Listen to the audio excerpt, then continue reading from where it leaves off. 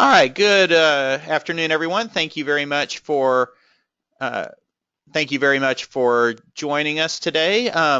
Hopefully, everybody can hear me. My name is Eric Johnson, and we're going to do about a 30-minute update on the new employer reporting requirements. This is a webinar just for JME insurance agency clients. If you have a question during the webinar, it could be a general question that would apply to everybody or something specific to your situation. You can go ahead and type it into the question box there on your GoToMeeting dashboard. If it's a general question that will benefit everybody, I'll try to answer it during the webinar. And if it's something a little more specific, then we'll just have an agent contact you after the presentation. We'll also email out a copy of the slides to all the attendees. So anything you see on the screen here, you will get a copy of. So again, my name is Eric Johnson. I have been talking about health reform and employee benefits for quite a while now, trying to make this stuff a little bit easier to understand.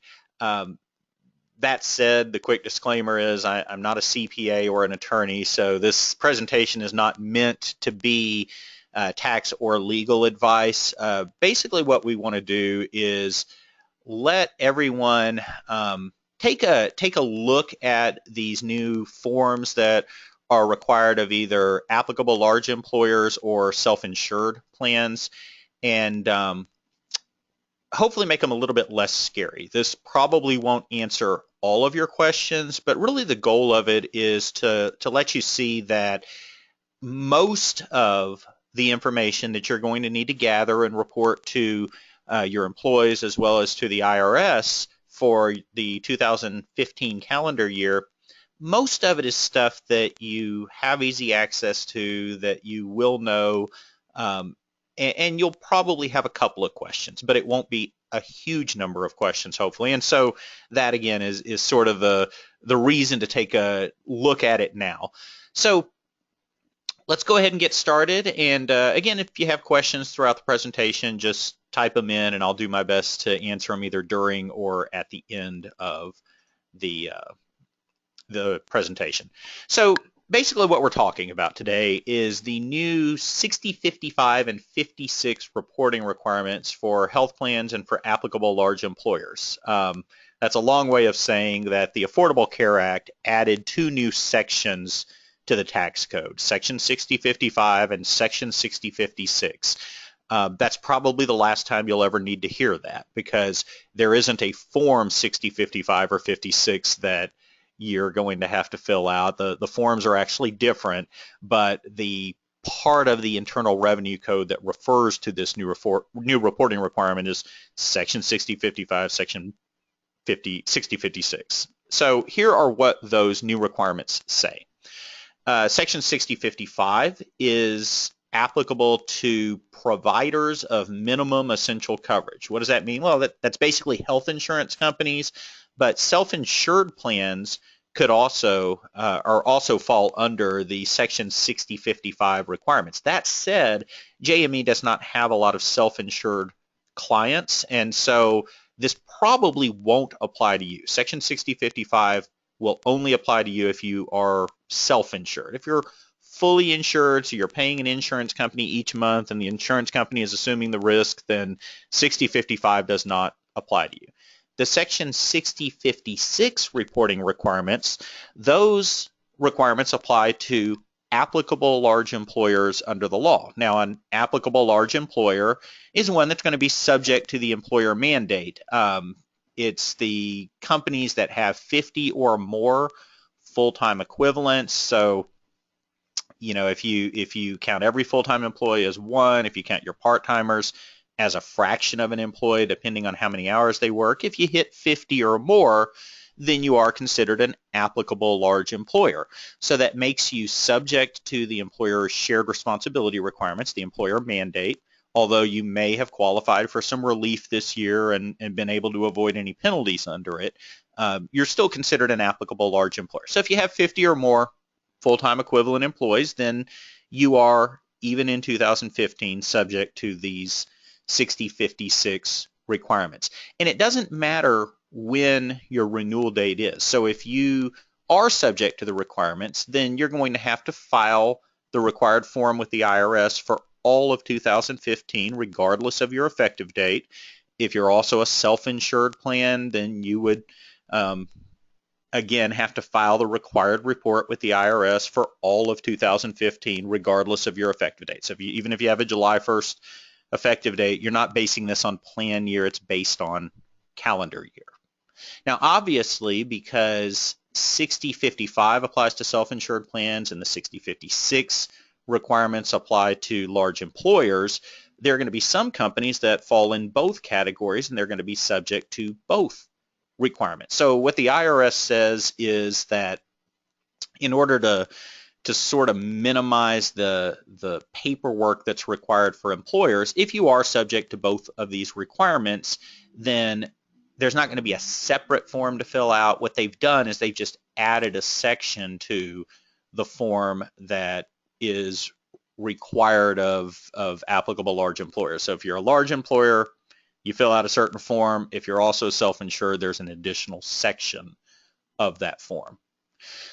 So these forms have to go to the IRS. This form that you're going to have to fill out, it has to go to the IRS by the end of February 2016, reporting information about what you offered during 2015 to your employees. If you file electronically, and I'll talk about this a little more in just a little while, then the report is due by the end of March rather than the end of February. But there's also a separate form that has to go to the employees. So under both of these requirements, there's some information that's provided to the employees, and it has to be given around the same time that you're sending out your W-2. So it needs to go out by the end of January to your employees, again, reporting information for the 2015 calendar year. Okay, so that's a whole bunch of words. Here's the simple page to show you what's required.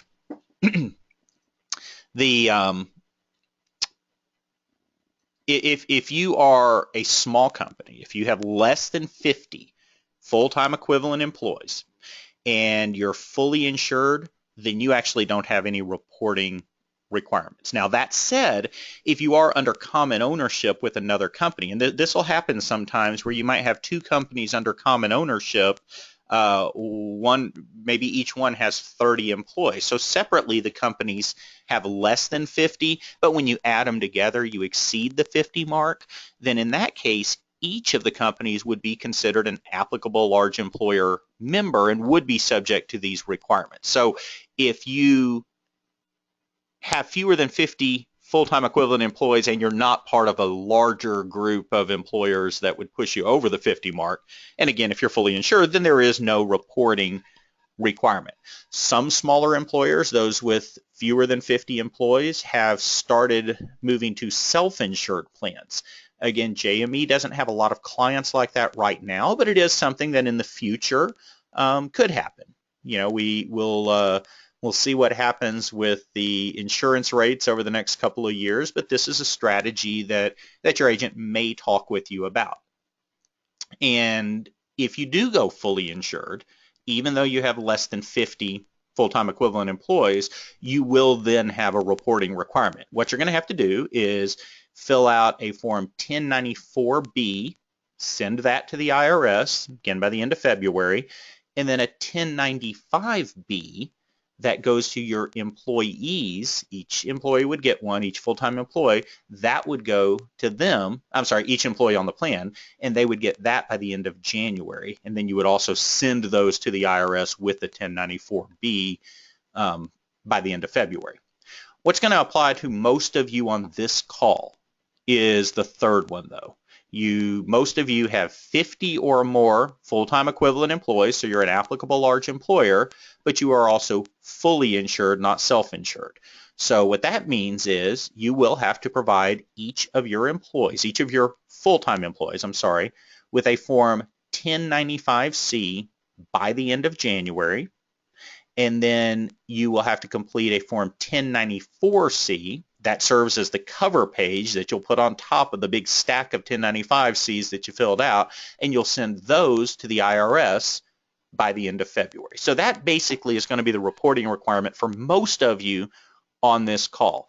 Again, if you are an applicable large employer, you have 50 or more employees, and you're also self-insured, it's the same forms, but there's an additional section to fill out. So the good news for most of you on the call, since you're not self-insured, is it means you're not going to have to fill out the entire forms that you are required to submit. So with that said, let's take a quick look at the tax forms. I think that ultimately, if you want to kind of ease your fear over completing these forms, if you are required to, the best thing to do is just take a look at it and kind of go through section by section and see, is there anything that really puzzles you? And if so, let's narrow it down to those few questions that you do have. So first, let's look at the form 1094C.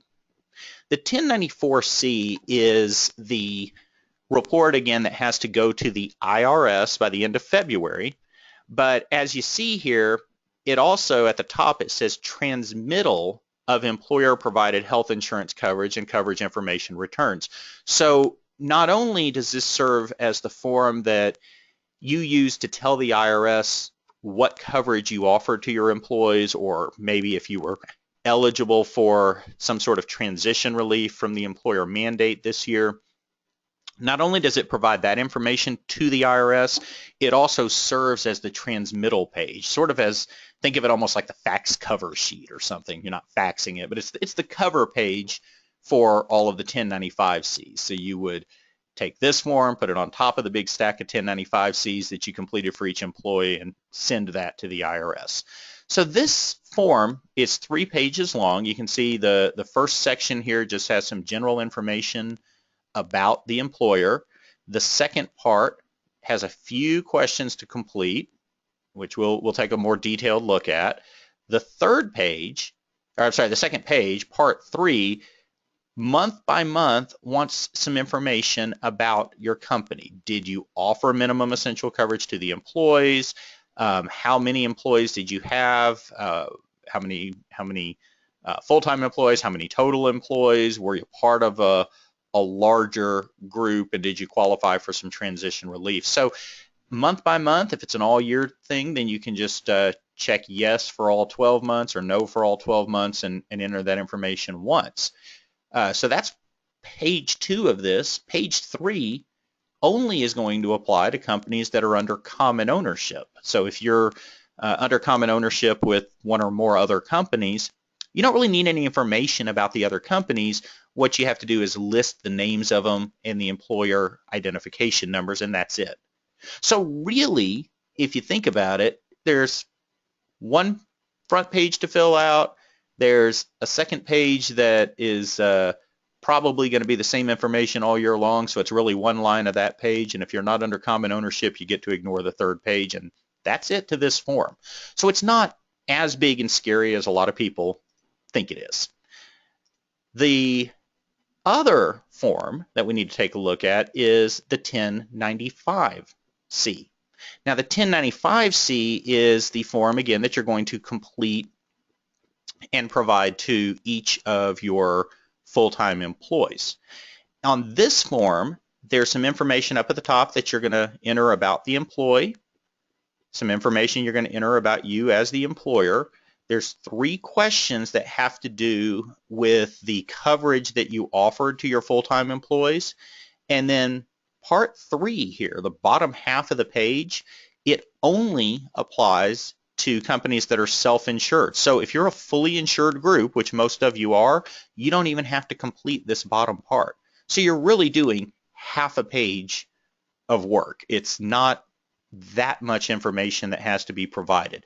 There is a backside to the form, or a page 2 to the form, that is really just meant to provide some information to the employees that you send it to. So not not too difficult to complete, but that said, I think it is worth us just kind of quickly going through each of the forms so that we can see, is there anything that really is going to trip us up. So the 1094C, again, this is the form that you're using to transmit information to the IRS.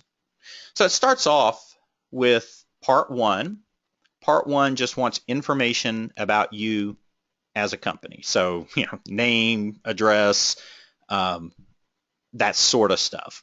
Line 18 on here does ask how many 1095-Cs are submitted with this transmittal. Again, remember this is the sort of the cover page for all the 1095-Cs that you're sending to the IRS. So really you're just going to total up the number that you are sending in with this form. Generally, it's going to be the same number as the total that you're submitting, but you are going to see the question come up again where it's going to ask how many total 1095-Cs did you complete, because it's possible that you could do one of these forms, send in half of them, and then send in the other half later on, and you would use a separate one of these forms sort of as the cover page for it. Now, there is a question that's going to come up on the next one asking, is this your authorized transmittal, basically? Basically what they're asking there, it's kind of like on Who Wants to Be a Millionaire, where they say, is that your final answer? It wants to know, is this the form that you're using to really provide the IRS with all the information about your company, or are you simply submitting it as a cover page because you're sending in some extra 1095-Cs? But part 1 here, let me pause for just a second and see, does anybody have any questions about this? I would think not, but you never know. So if so, go ahead and type that into your question box. If not, we're going to move on to the next part. All right, so it looks like so far so good. Everybody can handle part 1. Okay, so part 2 of this, and the way that I've kind of set up this slide is we've got the questions up here, and down below you can see the information pasted from the instruction booklet about the form. So line 19 asks, is this the authoritative transmittal? In other words, is this the form that you're using to report the employer level aggregated data that's required to be sent to the IRS?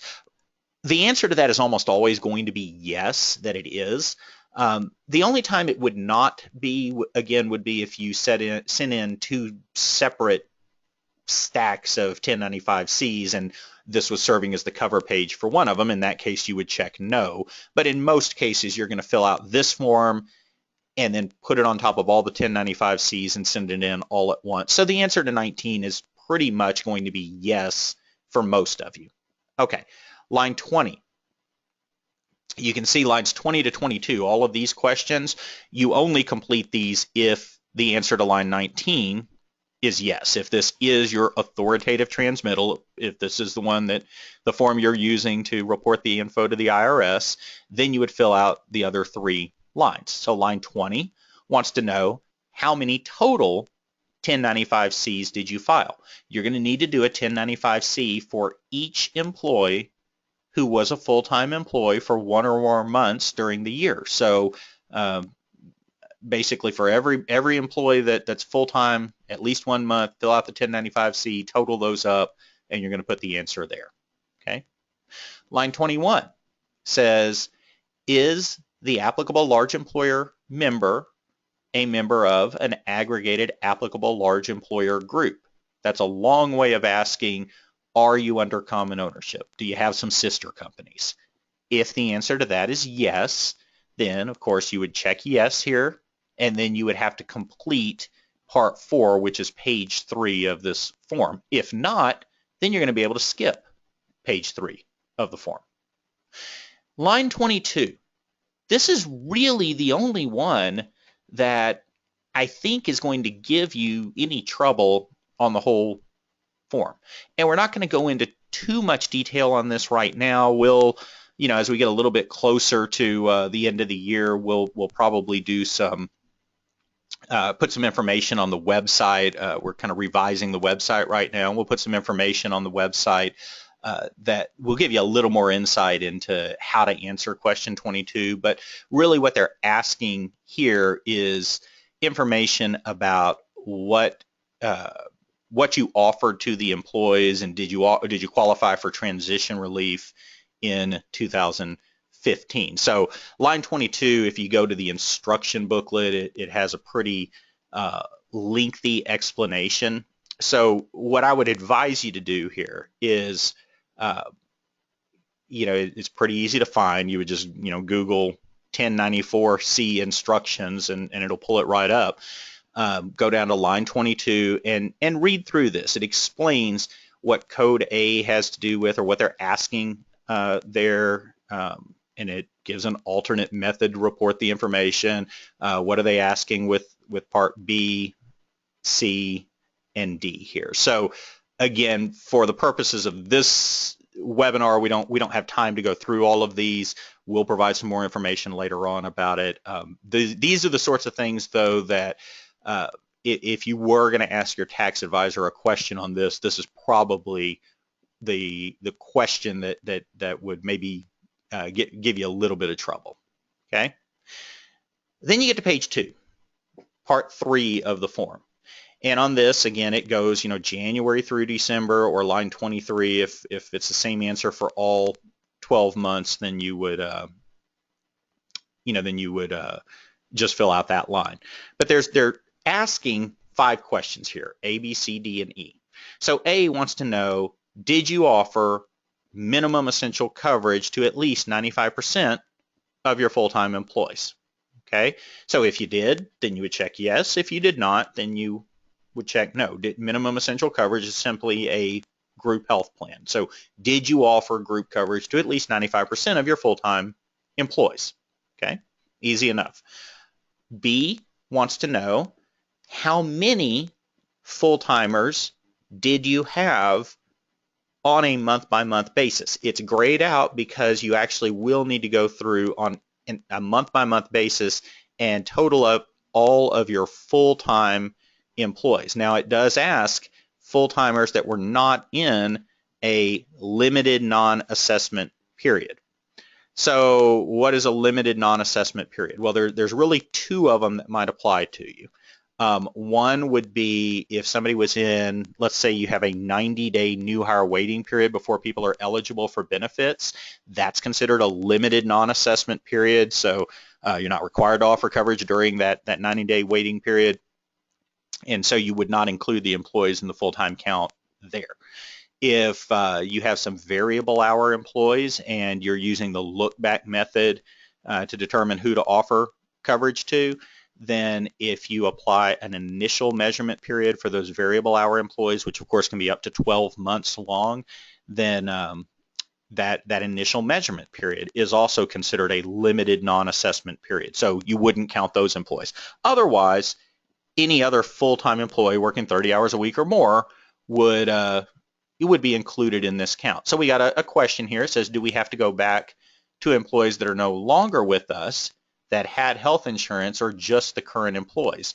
I'm guessing that has to do with whether or not to issue a 1095-C to them. We're not actually to the 1095-C yet, but the answer would be yes. You would need to send this to anybody who was a full-time employee, or send the next form we'll talk about to any employee that was a full-time employee 1 or more months during the year. But I'll show you that next form. It's not real tough.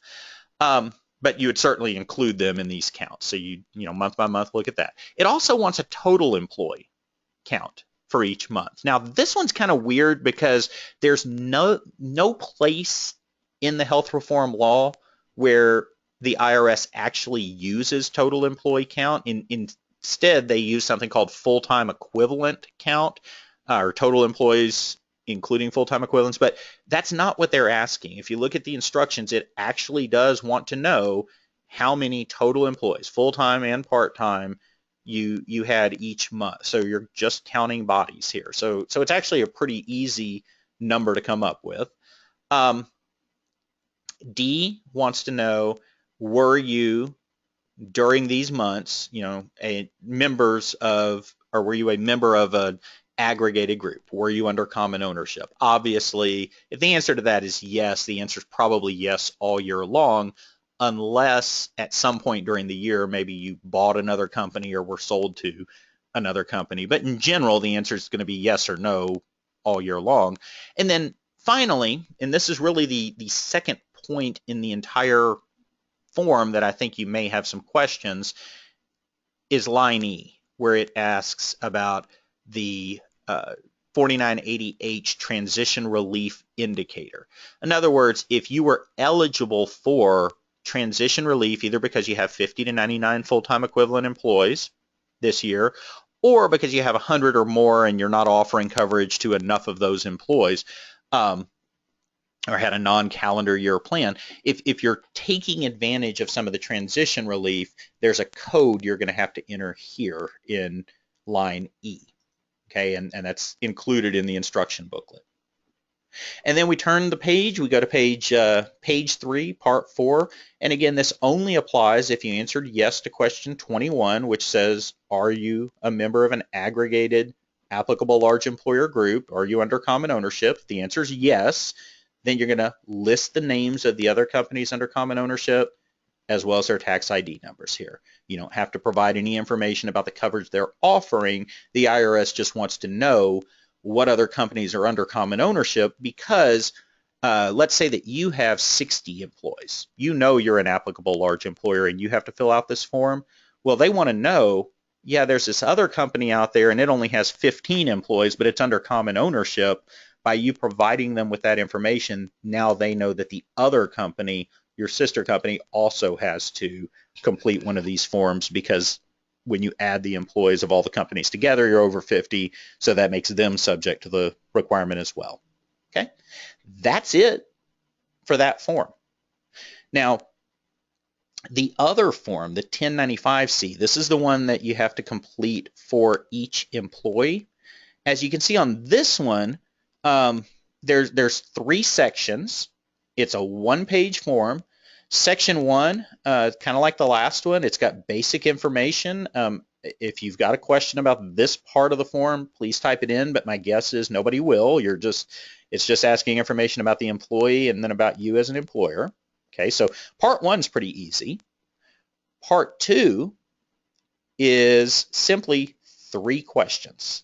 Okay, and for most of you, you'll stop right there after question 16 because part 3 of the form is only for those self-insured companies where it wants to know who was actually enrolled in the coverage each month, employees and dependents.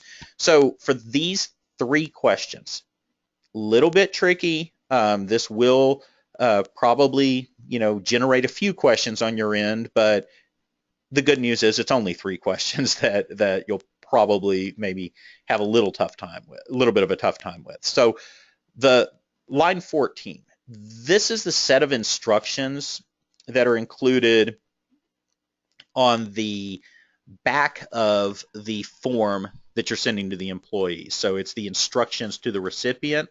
And what it's basically telling the recipient is, hey, in line 14, there's a code there. And that code describes the coverage that your employer offered to you and your spouse and dependents.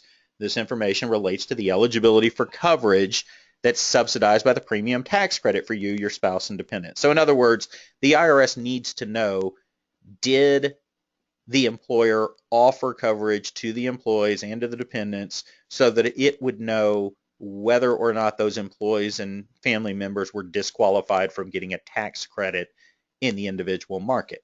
So obviously, if line 14 has that code in it, then you as an employer are going to need to put the code there. So if you go to the instruction booklet, it explains how to fill out line 14. So I'm going to show you that in just a moment. We do have a question. It says, this full-time equivalent question came up last week for somebody on the call, and it says that a 1099 employee that bills a fee for service rather than on a per hour rate, how do we determine if he is full or part-time? And if he is part-time now, how do we allocate hours for full-time equivalency calculations? Okay, so I'm gonna give a short answer to this and then deliberately not get too detailed. If it's a 1099 employee, in general, you're not going to have to complete the form for them. You're completing this form for your statutory employees, for your W-2 employees.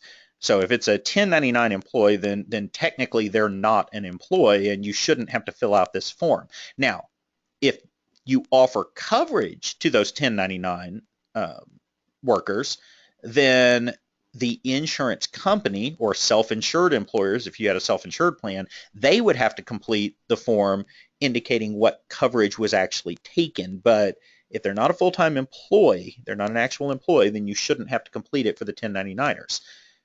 That said, there are employers out there that do misclassify some 1099 workers. They say that they're that they're contract labor when they really should be W-2.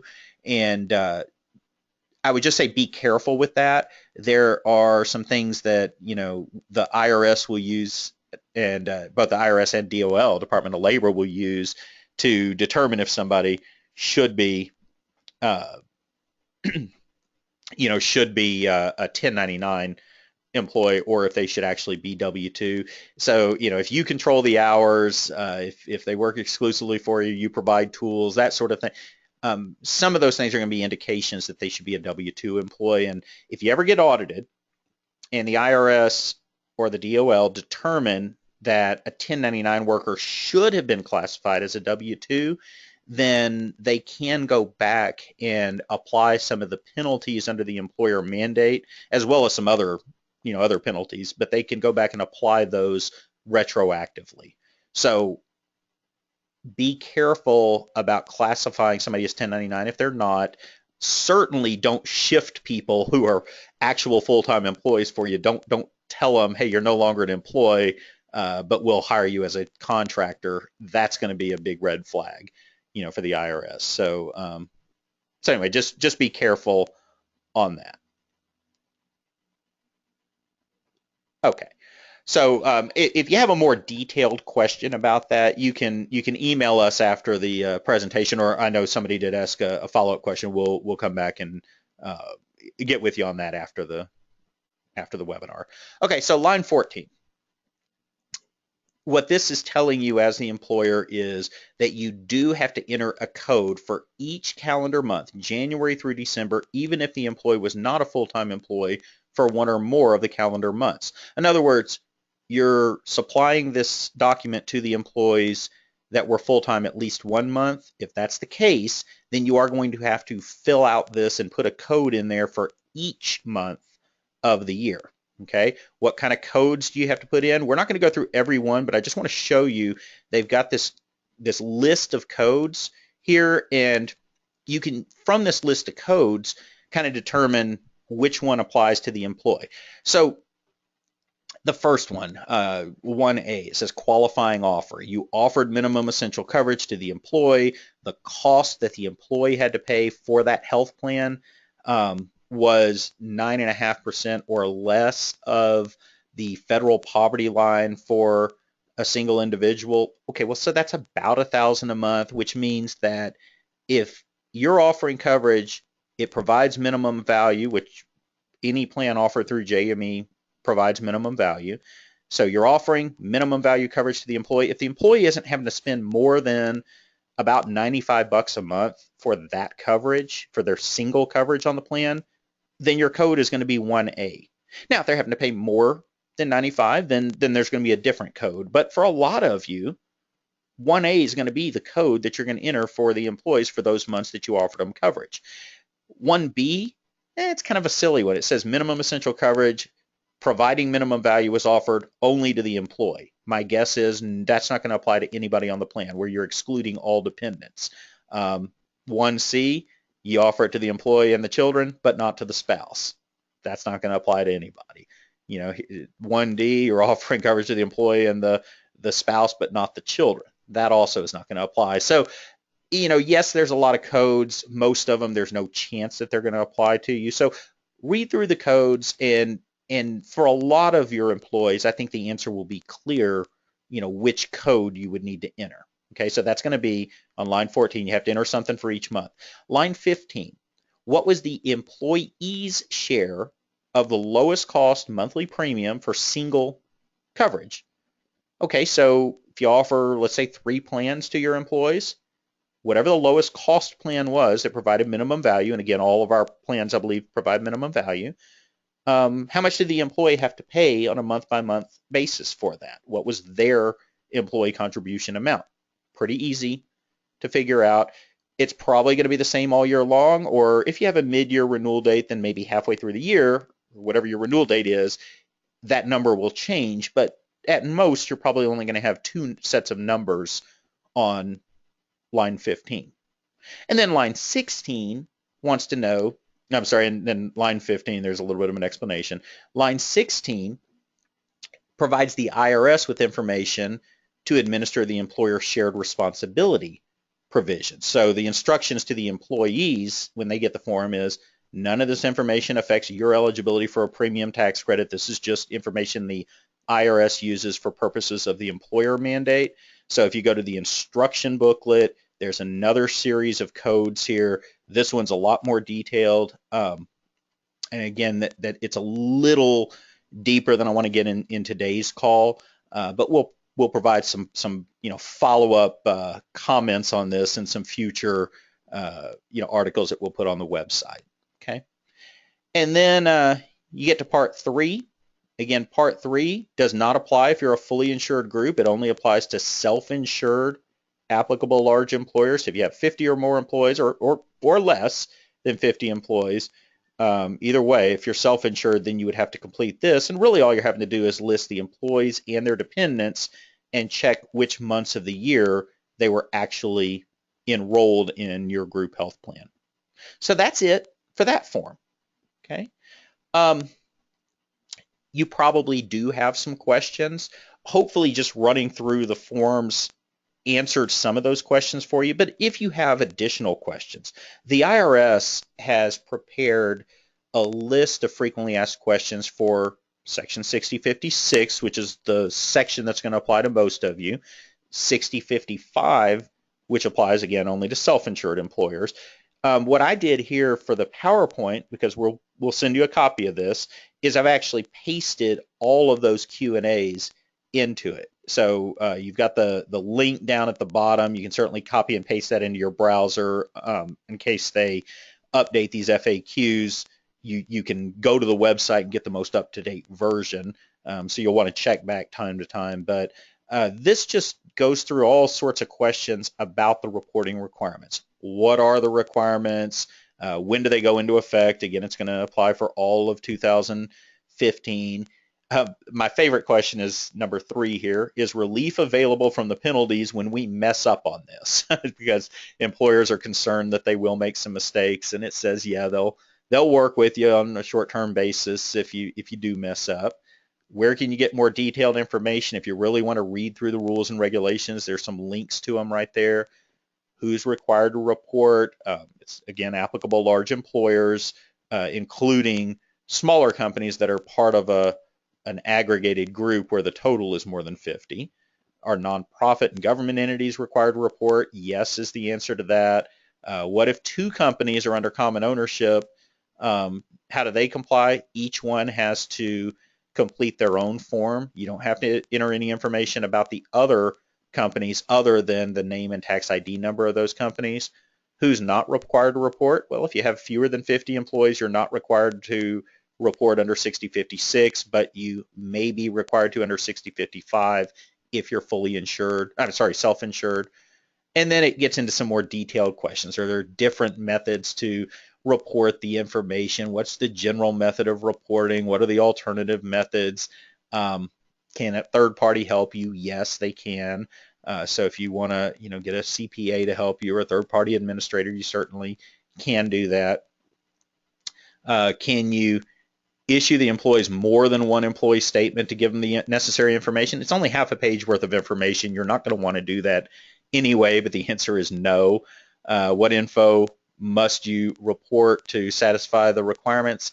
It gives an answer, but again, the information is just included on the form, so you really don't. Most of these FAQs, if you just read through the form, it's really not going to. It'll answer most of your questions, and these FAQs probably aren't going to give you a bunch of additional detail. We've answered most of these during the presentation, so again, if you want to read through them, you certainly can. The one that I thought that some people may want to know about is the electronic filing.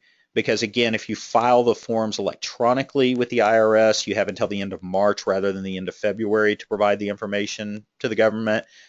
So do you have to file electronically? Well, you do if you have 250 or more of the Form 1095Cs. If at some point during the year, you had if the total full-time employees that you had at some point during the year equaled 50 or more, or 250 or more. If you're issuing 250 or more, you'd have to do it electronically. Can you give the statements to the employees electronically? Yes, but you're not required to. And here's an interesting question. Are you required to report information with respect to a full-time employee who's not offered coverage during the year? In other words, what if you had somebody working 30 hours a week or more for you, but you don't actually offer them coverage? Do you have to report that? Do you have to give them a form? Yes, you do. The answer is yes. Can a governmental unit use a third-party administrator? Yes. May an employer hire a third-party administrator? Yes. So, and then a question about multi-employer plans. So that's really it for the Q&As related to Section 6056. There's a similar set of questions for 6055. We're not going to go through all of those, but it's about the same length. There's 25 or 30 questions related to the 6055 reporting requirements. So with that, let me just ask if there are any questions. I may have left you more confused than when you started the presentation, or when you sat down to listen to the webinar. I hope I didn't. All right. Well, I will keep the line open for just another minute or two. If you do have any questions, go ahead and type them in, and then if you think of something afterwards, again, just reach out to your contact person at JME. Looks like we do have let's see, we have one question here. It says, can we download these forms from the IRS or get them from you? What we'll do is we'll send the copy of the presentation to everybody along with links to the forms. You certainly don't have to wait on us, though. All you really need to do is go to Google, type in 1094C, and then 1094C instructions, and then same thing, 1095C and 1095C instructions. First thing that'll pop up will be the direct link to the IRS's site and those forms or booklets. Okay. All right. Well, I don't see any other questions. I really do appreciate everybody attending, and we'll continue to try to provide you with some more updates, through the remainder of the year as some important topics come up that you need to be aware of. So thank you very much, and everybody have a great day.